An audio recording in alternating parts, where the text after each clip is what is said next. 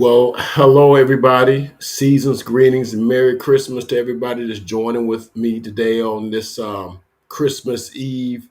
And I wish it was under better circumstances.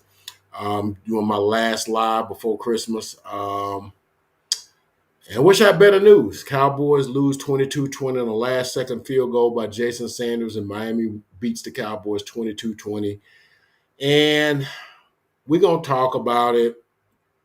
And, you know, not gonna be long today because it is Christmas Eve, and I want to spend time with my family too. So, but I will give the Cowboys their little 5 minutes. So, bear with me here for just a few minutes, and we're gonna talk all about it.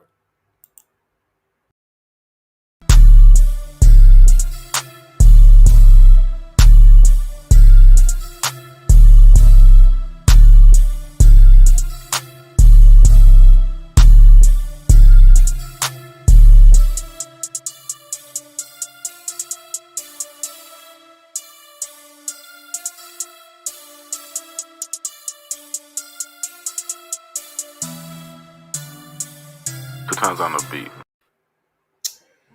Once again, it's your boy Uncle Fred back in the house, back in the saddle, one more again with more content. One first thing I want to do. Oh, please like, comment, and subscribe. And I know it's about 150, 160 people viewed my video from last week, and I sure appreciate the love.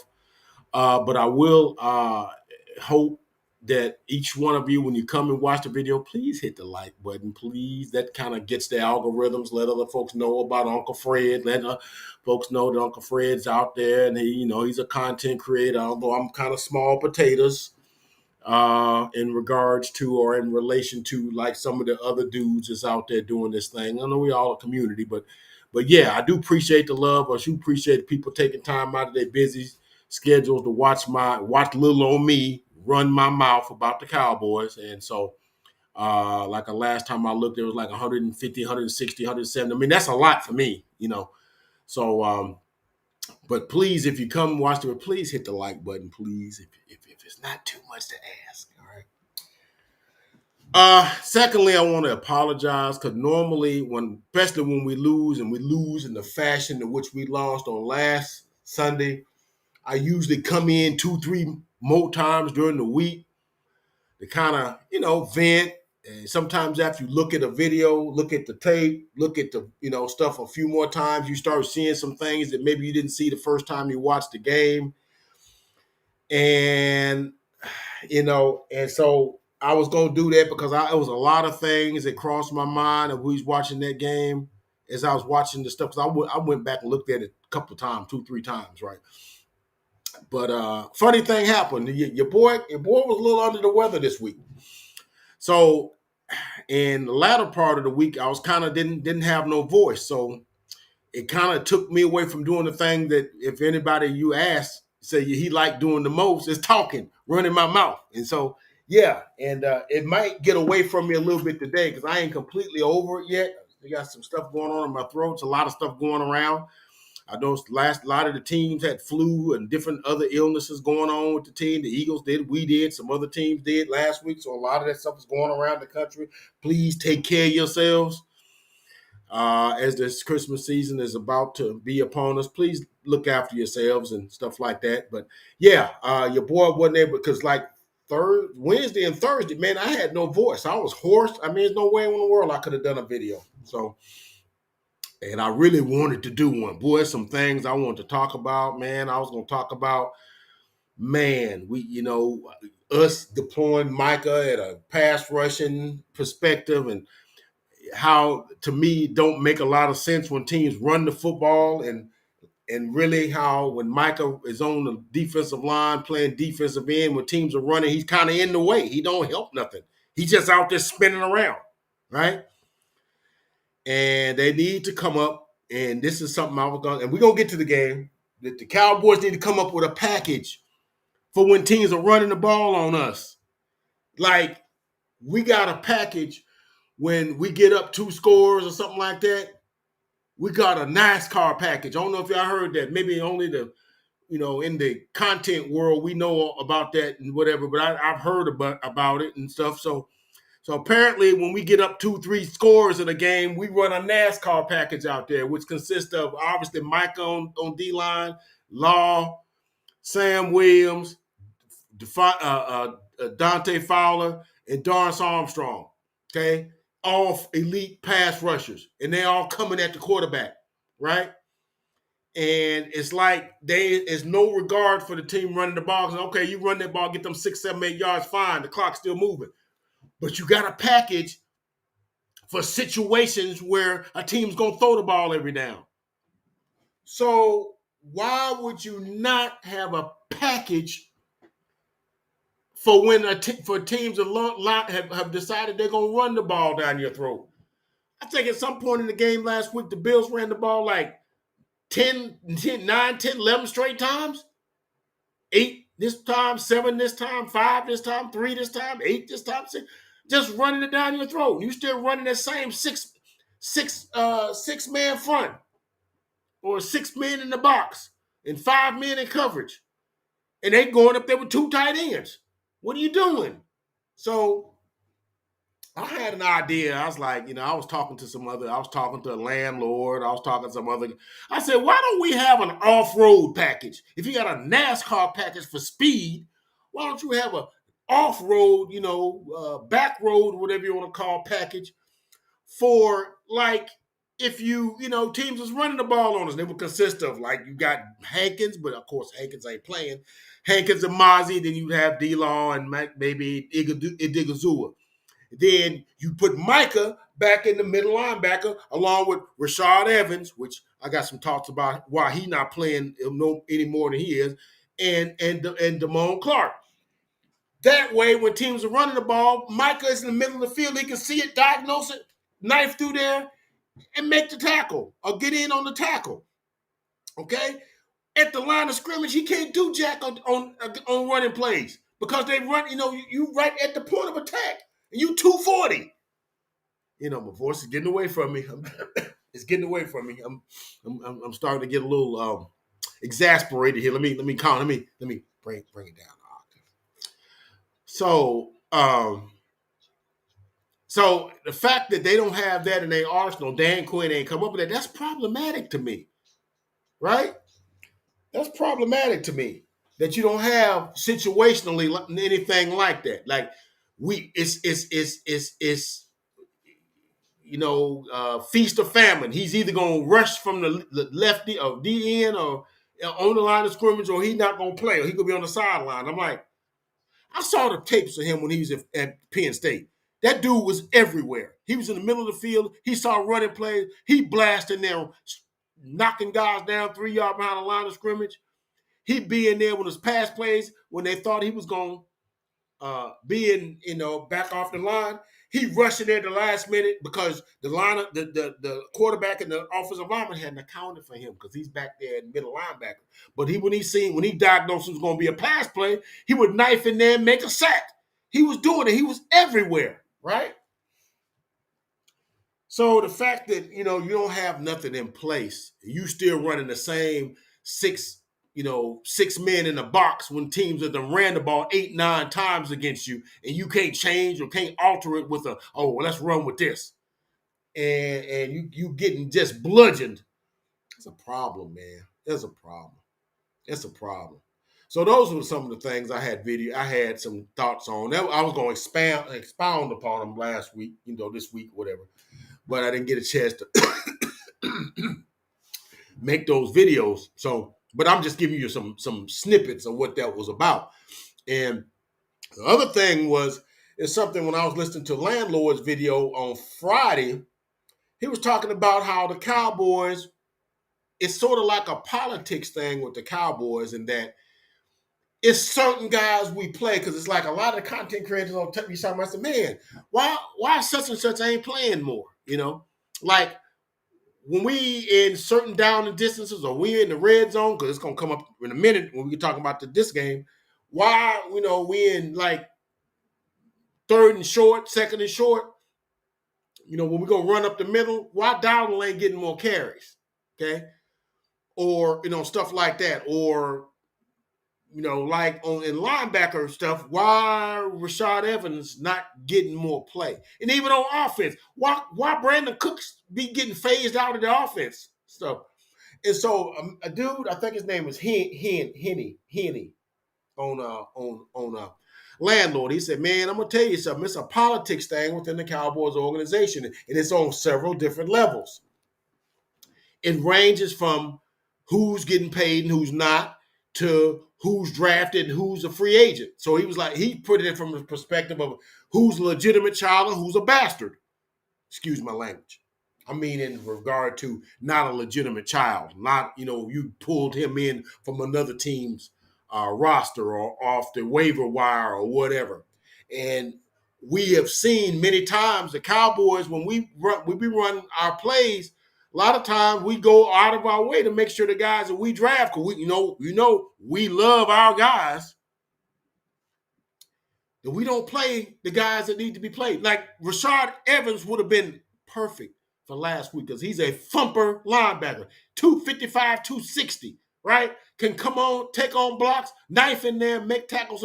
But they relegated him to probably 19 snaps and special teams. Now, I know he was on the couch for most of the year, and you needed some time. He's on practice squad for a few weeks and to get up to speed, but he's been on our squad for like 6 weeks now. I'm sure he up to speed now. He know the playbook. I'm sure he's in, his health or whatever is at a good rate now. He's the best linebacker on our squad. And then the idea that, we're just going to turn a safety dude at 205 into our, a linebacker is okay. Anyway, those are some of the things I was going to talk about this week. Okay. So let's get to this game tonight or this afternoon. And I thought one of the problems last week was we didn't take the ball first. We deferred, thinking, okay, we're going to get a stop. We'll get the ball. And then towards the end of the second quarter, we got a chance to double dip. You know what that means, right? You can score before the half. You get the ball to start the third quarter. But if you understand anything about the Cowboys and how we are built, we're built a certain way. And of course, something has to be said about how we're built. We're built to play with a lead. We're not built to stop the run for an entire game. We're built to stop the run out the gate, but settle into rushing the passer because we're ahead by 2 scores, if you understand what I'm saying. So we're built that way. And so that led to us, maybe not taking the ball, but it was an error to me not taking the ball last week because the Bills took the ball and went right down the field, right? I touched at it, and we would have went right down and answered, but let me check these chats, make sure I ain't got no chats today. Okay, I don't see nothing right now. Y'all feel free to send some chats in because I know y'all need some stuff to vent about. I see some people on with me today. Please hit the like button when y'all come in. Please, please, please, please, please, please hit the like button. So we didn't do so that was one of the things, and of course him not challenging the play when obviously Diggs fumbled, that was a thing that came up. And so this week we took the ball, right? And I think the problems that we had from this game came on the first drive. Not with the drive itself, but the results of that drive. Because now I would admit now I wasn't home when the game started. I had to run out on an emergency and came back. And again, I missed pretty much the first half. But I was watching it on my phone and whatnot. But I watched all of the earlier games and stuff, from home and whatever. So I know all the different teams that won and stuff this week. But I knew on the initial drive, we drove the ball 15 plays, 73 yards, and got down inside the 5, inside the 3, inside the 2-yard line with a first and goal or second and goal, okay, from inside the 2-yard line, all right? And so it's getting away from me again, okay. And so I'm like, okay, we're finna go 7-0. I said, okay, that's gonna set everything right. And then, and that, see, I didn't know that Lipke had been in the lineup. And I'm like, Lipke, because when I looked back and saw the play by play, and I saw, oh, Lipke was in the game, had a couple of runs early and stuff. So I was gonna go with my whole spiel, like, why would you not put Dowdle in there instead of Lipke? But what have you, whatever. But he went in there. Now, according to the play-by-play, they said Prescott fumbled, but I thought Lipke fumbled. I saw the play; it looked like Lipke fumbled going into the line, and it was recovered by Miami on the 2-3 yard line. And to me, man, I was like, dang, when that happened, because I felt like I literally felt like we weren't going to be able to recover from that. And you might say, Uncle Fred, that I mean, I don't know why you thought that. It was early, but here's my thing, and I'm an old fogey, and I always believe that you gotta respect time and respect effort, respect efforts. You took 15 plays, 73 yards, took up 7 minutes and 43 seconds on the clock. That's almost half of a quarter, all right? That's time you not gonna get back, people. I argue with young people all the time. Y'all think time is just this thing that you can just, it's like you can just go get it when you need it and stuff like that, man. I'm gonna tell you something, man. Whenever somebody dies, if Saint Peter or whatever ever asked them, hey, what I'll grant you your wish, whatever you want, I'm gonna guarantee you they ain't gonna ask for no more money, more women, more whiskey, more good times. You know what they're gonna ask for? I wish I had more time. Okay? Because there's something you can't reach back and get once you've expended it. You done took half the quarter. And the blood, the sweat, and the tears, the effort, the grind that you got for going down the field and getting those yards. Some of them tough as a fourth down or two in there too.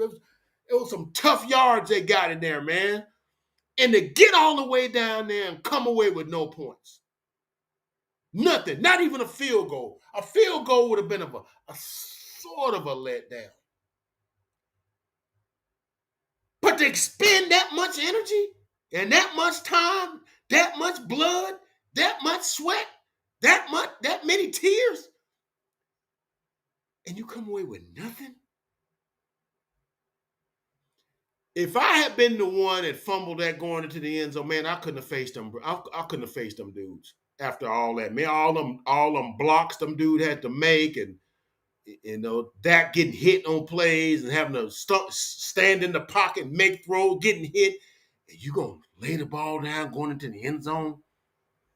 I couldn't face them, man. I wouldn't be able to face them. At the time, I said, well, it's early.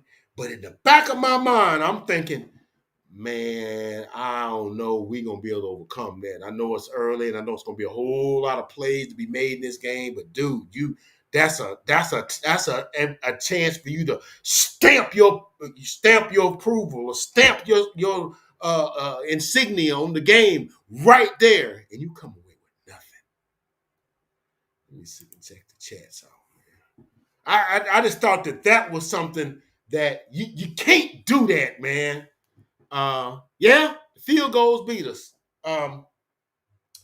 We just couldn't get them. We couldn't get them out of field goal range. I mean, they kicked a bunch of field goals, but dude, we just got a field goal there instead of not getting no points. Jay, if we just got a field goal there, I think it would have been different. I know, as the game ebbs and flows, maybe other decisions are made. Maybe they go for it on some of them field goals instead of kicking the field goal if they're behind, because, just because you did this different here don't mean all the other things that happen in the course of things follow the same script, if you understand what I'm saying here.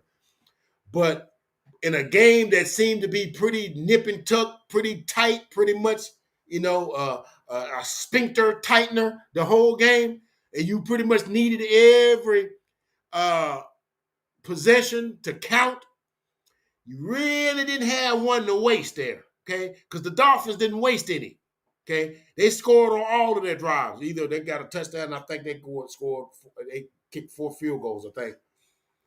5 field goals. Was it five? Five and threes, 15 and 7. Yeah, 22. Yeah. 5 field goals.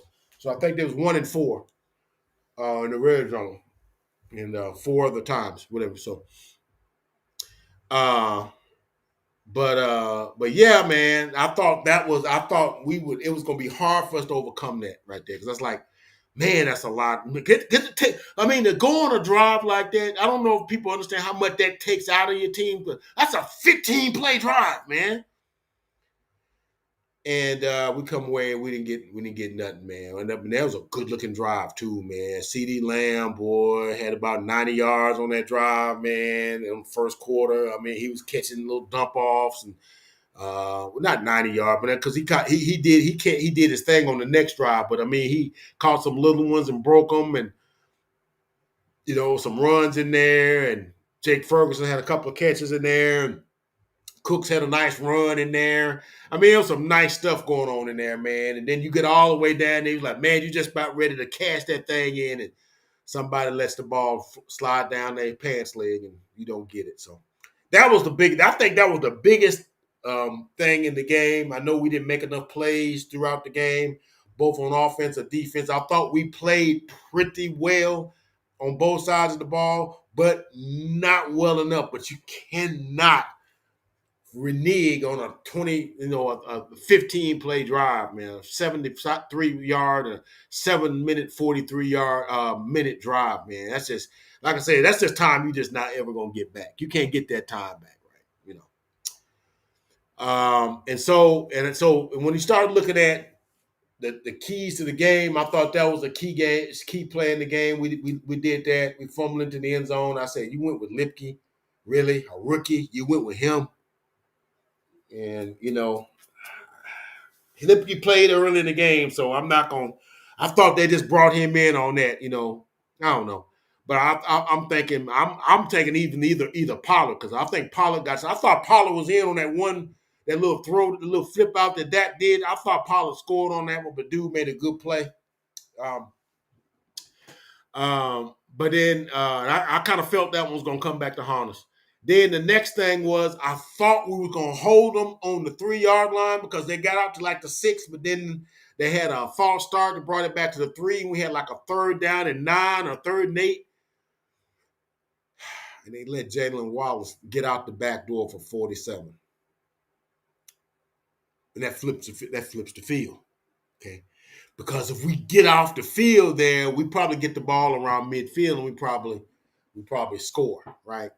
And cause we ended up scoring when we got the ball the next time, right? We went 3 plays, 75 yards with that dazzling 49-yard catch and run by CeeDee Lamb where he caught that thing in the middle, broke to the outside, and just outran the coverage and got into the end zone, made it 7-3. Of course, that 47-yard catch to Waddle led to a field goal. They made some throws here and there, and that dude made like a 57 or 56-yard field goal. So basically, they just got to the 40 and they kicked it. So they only made like a couple of plays after that 47-yard catch because that got them almost at midfield, right? So anyway, we up 7-3. Then of course now they made some plays. They made it 7-6 and. But it just seems like from the middle point of the first quarter to almost the fourth quarter, it's almost like they had us on lock, man. It's like offensively, we couldn't get untracked. And I think a lot of it, I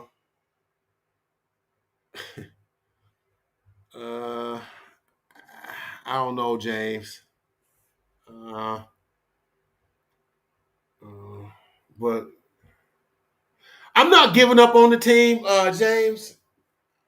I just know I'm gonna get to my, and I don't want to be on here long because it's Christmas Eve and y'all need to be with y'all families too. You know what I'm saying? I'm not giving up on them because I did see some good things today, but it always comes down to the same handful of things. You just can't you make a lot of good plays, but you just can't seem to make the play. If y'all understand what I'm saying, you make a lot of good plays. Like I'm gonna tell you, I thought Dak played a pretty good game. I kind of got on him a little bit on that touchdown drive in the fourth quarter where they went 75 yards, 70, I think it was like 70 yards or whatever, but it took 17 plays.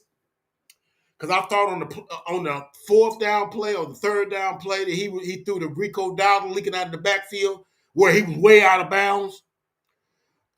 He could have ran for the first down because it was this 3rd and 3.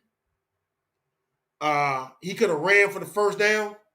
I think that was the one they kicked the field goal for. I don't think that was the 17 play drive.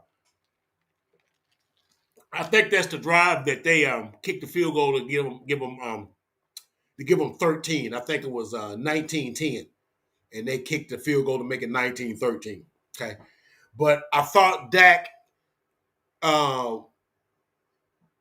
because I thought he got rushed because Chubb. Look, I gotta talk about Chuma Doga. Look, man, I gotta talk about Chuma Doga, man. Look, man, y'all might not like, and I think Tyron Smith set us up, man, because I'm like, man, he looked fine, closed out the game last week, but then somewhere during the week, he's out with a back. And I'm like, what? I'm like, he's doubtful with a back. Matter of fact, I heard this morning, Mike Fisher, I give credit when people I get information from. That's why I always cite where I get mine, because I guess that's I always learned that in school. When you cite a source, when you give us information that comes from a source, you cite that source so they get credit for that source. So Mike Fisher mentioned that not only is Tyron Smith not gonna play, he's not even making the trip. So I knew that meant Chuma Doga was gonna play left tackle. I was hoping that they would flip flop him and push Tyler Smith out to left tackle and make Doga on left guard, because I'm telling you, it would have went a lot better if they had put. But I know Tyler Smith ain't played tackle all season, but he's played tackle all his life though. So I'm just not real high on Chuma Doga. I know he's like a journeyman, been around the block, but he made some key errors, man. A couple of times, man, he's blocking in the line and letting the outside rusher go free. And on that particular play, he rushed Dak. Dak was supposed to let that play develop, and he Bradley Chubb was on him so daggum quick because he blocked in. Look, Tyler Smith don't need no help. Dude, I'm telling you, Tyler Smith can block 2-3 dudes. He can block his dude and your dude, right? You gonna let them helping him. Tyler Smith don't need no help. I promise you. He our best offensive lineman. If you want to know the truth about it, that's just my opinion. I mean, it ain't, I don't know how many of y'all think that, but yeah, Tyler Smith is our best offensive lineman. And he continually get picked on by the refs, which I cannot figure out for the life of me. We'll get into that in a minute. But I thought Dak could have ran for that first down. And I felt like had we, you know what? That was the 17 play drive. I remember running that back and showing it to somebody because I was like, they was asking me why was I screaming in the living room. I'm like, because Dak could have ran for the first down. And he threw that low percentage pass. And then we went for it on fourth down, didn't get it, but it was double pass interferences on both Xavier Howard and the other dude, 21 too. So both dudes, one of them held Gallup, one of them held Kevontae Turpin. But really, on the play that the Dak threw the ball to Dowdle, CeeDee Lamb got his britches held. I'm like, what the hell? I mean, blatantly got his britches. Got it by the seat of his, got it by the elastic of his back of his pants. And I'm like, Ralph, you don't see that? And they say CD Lamb looking for a flag, and I'm like, because on the onset they didn't look like it. I said, come on, CD, quit begging for a call there. And then when they showed the backside, I'm like, oh dang, he had his britches in his hand. Us old folks call pants britches. I'm sorry, that's just a old fogies in my mind. But he had his pants in his hand, right? And they didn't call that, but they called that one, and that got us first and goal from the one. And I thought it was a dumb play call to go play fake. I'm like, dude, just run the football and get the touchdown. Dude, again, Chumadoga blocking in, let the dude come to the outside, Dak gets sacked. Again, all of the sacks seem to come from that kind of a line, right? And then finally, he hits Brandon Cooks in the left side of the end zone. What a wonderful catch. He got his feet down. Brandon Cooks, look, man, I don't know what the deal is with the Cowboys. I know, like I said, Landlord and Henny and West Coast Cowboy, they was all talking about, this thing about legitimate versus bastards. There's a hierarchy in how the thing goes within the Cowboys and stuff like that. So, and I always want to say, dude, why they ain't running more stuff? Brandon Cooks is so talented. You could. I'm gonna tell you something, and this might seem sacrilegious. It might seem like, blasphemous or whatever. Dude, you could run some of the same stuff that the Dolphins run for Tyreek Hill for Brandon Cooks. I'm telling you, Brandon Cooks has that level of speed. I'm telling you, and they're about the same size. Okay? And I think he may only be a year or two older than Tyreek. I think Tyreek may be 27, 28. I think Brandon Cooks is 30. I think he just turned 30. He still runs a 4.3. I just don't think they use him enough because I know they want to get the ball to CD, which CD is amazing. But if you notice, other teams don't have problems when they bring the illegitimates with the legitimates. They just work them together. It's like them blended families. Oh, they all family. It's all the same. They all get to eat too, right? The Eagles don't matter if Devontae Smith get more catches than A.J. Brown, or A.J. Brown get more this week. It seems like it's a cardinal sin if Brandon Cooks get catches. And then, we can't get Brandon Cooks catches. Why? Because you didn't draft him? Same thing with the Dolphins. They didn't draft Tyreek Hill. They drafted Waddle, and they get along fine at the dinner table. You're not feeding one of them prime rib and feeding him like, table scraps. They eat together. There's something to that, Like, I think it matters who gets paid because Tony Pollard has a certain price tag. I got to make him an every down back when he's clearly not, But we scored that touchdown. We go up 19-10. It's about, 3.5 minutes left to go in the game. And I'm sitting there like, we need to stop. We need to stop. We need to stop. We need to stop. We need to stop. And so I put down some keys to the things I thought was the touch, I thought like the play, the waddle. And then when they got the ball back on that very first play, Damone Clark tackles, I think it was Tyreek Hill, and grabs the face mask. And I'm like, golly, because it was like that gives them 15 yards because they got like 8-9 yards on the play and got an additional 15. So that's like 23 yards on the play. So that puts them almost at midfield. So we only need about 10, 15 more yards in field goal range, right? Yeah, that play hurt, man. And like I said, I like Damone Clark, but Rashad Evans is a better linebacker than him. And for some reason, he don't get to play. And I know Damone Clark's a guy we drafted. He our guy. We love our guys. Rashad Evans is a better linebacker than him. I don't care what nobody says. Yeah, and anybody that watches film will tell you, man, Rashad Evans, if he go to another team next year, he'll be a star linebacker for that next team and be in the Pro Bowl while we're up there relegating him to like fringe snaps and special teams play. We got to get out of that. We didn't draft him, so we're going to marginalize his impact on the game. We got to get out of that. I don't know if it's a Jerry thing, a Steven thing, or whatever. We got to get out of that. That's foolishness. And that kind of stuff is going to keep us from winning. Okay? We got to stop that.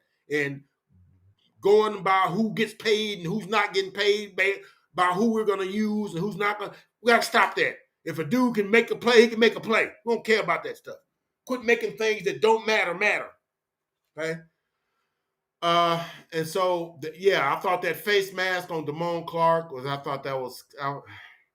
But I also thought that non-hold on Damone Clark on that third down run where he clearly got pulled right here and pulled down to the ground and no call. Yeah, I thought that was and going back a little bit, I thought on the Dolphins touchdown drive, I thought Michael's getting called for that reckless roughing the passer call that I didn't think was roughing the passer, but the only reason I wasn't tripping about it too much because I thought we got one on Dak where I didn't think the dude, I want to say was it Phillips, didn't tackle Dak that hard, and I didn't think he should have got up one. But I was like, hey, you just called a bogus holding call on Tyler Smith, so you know. But yeah, I didn't think that was I thought Micah came through. He beat Armstead so bad and so quick, and he was at the thing, and he just pushed him right after he threw the ball. That's not roughing the passer. And even I don't know who it wasn't Gene Serator. I can't think who the expert they had on the panel today that was doing the rules and stuff. But he said, no, that's not roughing the passer. That's not. And it was like, and that gave them a first down. They got a touchdown off that when we could have got off the field with a field goal. You know, just like last week. You know, and it just seems like I'm gonna say this. And of course that they didn't make that, and they get it. And then of course, I think Jordan Lewis played a whale of a game. I think Micah played a whale of a game. I think D-Law played a whale of a game because I think we held their running game in check. I think they had 91 yards, held them like 3.5 yards a carry. But in that last drive, I think they got some runs. And I think I think they got some throws. And I think that one run and throw that they threw to Tyreek on that little end around, whatever that was, where he's running from one side of the field to the other. Jordan Lewis was doing his best to stay with him, and he overran the thing and ran into Gilmore, and Tyreek just ran a nice in release and got that first down for like 3-4 yards. I'm like, dang. I knew once that time we had lost the game because I knew that we had to call our last time out right there. So I knew he was in field goal range. We needed to stop him on that third down. We didn't. He overran the play. And because you got to run at top speed to stay with Tyreek, and I get it. I mean, and that don't diminish that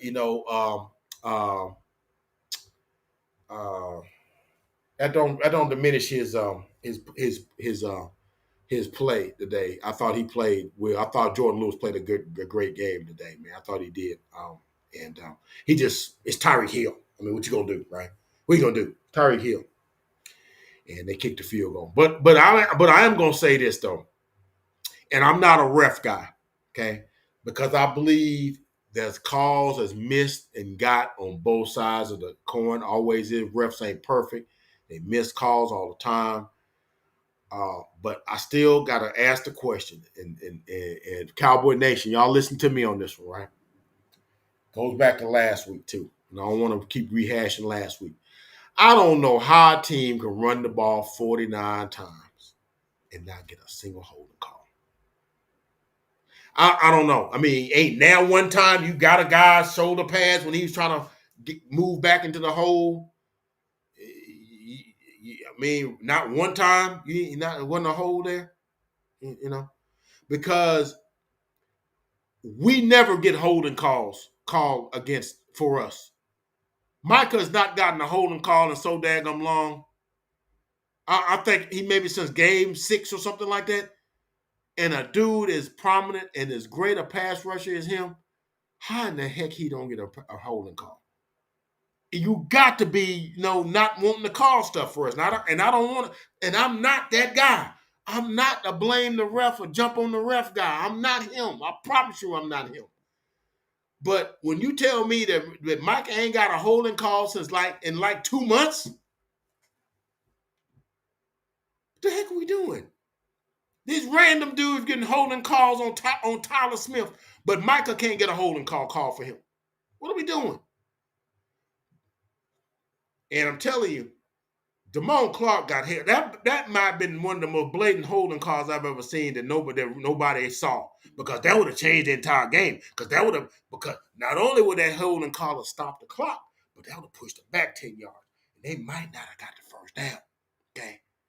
And we might have got off the field with a field goal with a minute and some change left in the game. You had a chance to win the game. Them not calling that is huge, man. All right? They just determined they're not going to give us defensive holding calls unless it's in the secondary. You know? Just not going to give it to us. But so anyway, so let's get down to this and we get ready to come out. We get ready to close the thing. Cause we 10-5 and lost back-to-back games. You know. So I don't know what it tells us here. Yeah, we seldom get those calls. That third down crucial call on Damone, we didn't get it. We don't never get them. So where does this leave us? Where does this loss leave us? We lost 2 games in a row. Even though we played better in this game, still is an L. All right, and we got to come to the conclusion that we're not going to win this division now. Now, I thought like had we won this game, win the game next week, and then of course now the Commanders are kind of, they done bitch their quarterback, they running all kind of stuff. We could probably win that one, and we could run the table and be 13-4, and Mike could still win the division, be the number 2 seed. But Detroit won today, so we weren't even gonna be the number 2 seed. We get to play them this week though, so we got a chance to right that ship because they are 11-4 right now. All right, and we're 10-5. All right, they're 11-4. So if we beat them next week and we go 11-5, and they go 11-5, then we still could. If the Eagles lose another game, we could probably do that, right? But yeah, look, man, they playing the Giants, the Cardinals, and the Giants. Come on, fam.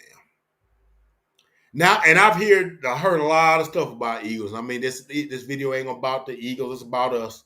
And there have been problems. There's been stuff, people questioning Jalen's leadership, which I find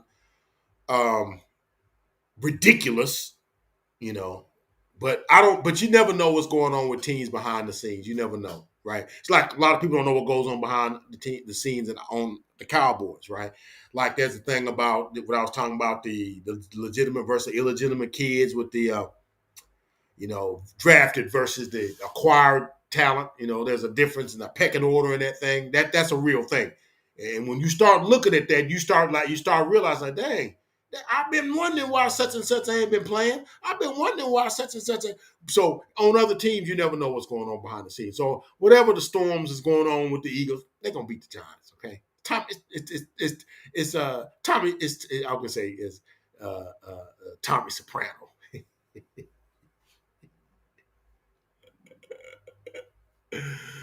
Oh, but anyway, it's Tommy DeVito. I was gonna say it's Tommy Soprano. It's Tommy DeVito. Okay, right? They're not losing that game. All right. But so we got to start looking at stuff, and so when you lose these games, you start all these things, all these narratives. These people start telling you, have been telling you, you know, uh, you know. We've seen this video before, in this movie before, right? We've heard this narrative. We can't beat good teams. Played a good team, we lost. Last week, played a good team, we lost. Got whooped. This time we were competitive. We led a good part of this game, right? But we lost. We aren't mentally tough enough. That one's starting to, I mean, I scoffed at that one, but I mean, other teams beat teams when they, even bad teams beat good teams on the road sometimes, Uh, so I'm, that's mental toughness thing. It's a real thing. And sometimes you got to have that mental toughness to overcome bad calls. Like, okay, they not giving us no call. Let's dig deep. Uh,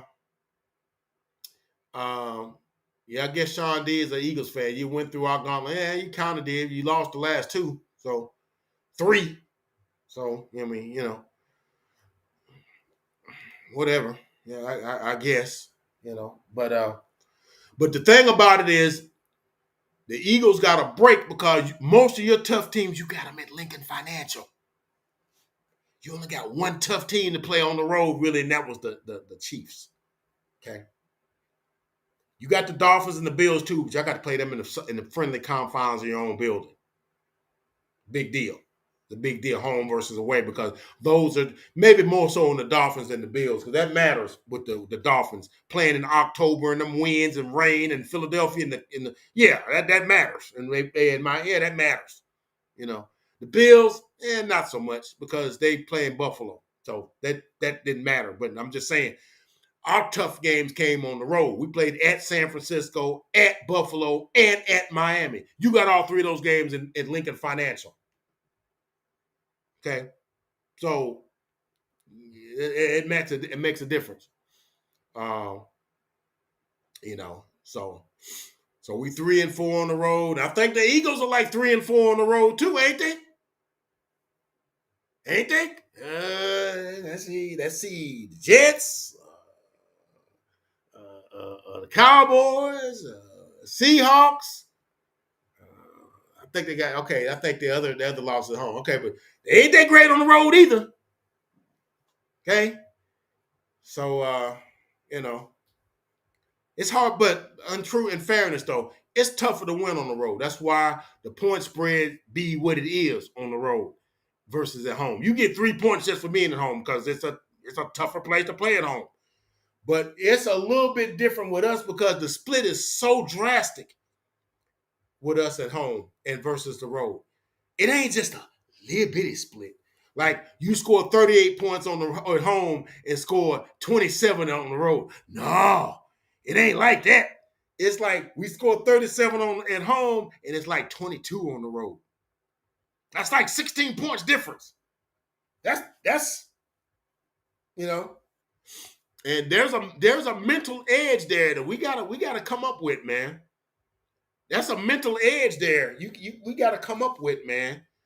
And much as I'll give the Eagles grief, they went into Kansas City and got that game. They went in there and got that game.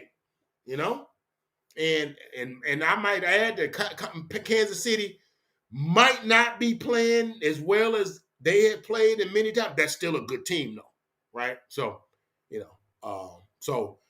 I'll give them that. They went into Kansas City and got that win, right? And we couldn't go into Miami and get that one, even though I thought we played well enough, just not good enough. Just not good enough. Good, but not good enough. So, look, man, where does this leave us? All I know this, and I'm going to say this, and I'm going to close out the video. Like I said, I hope all of you guys, all y'all is watching, all y'all that's sending chats into my thing, please hit the like button while y'all in there.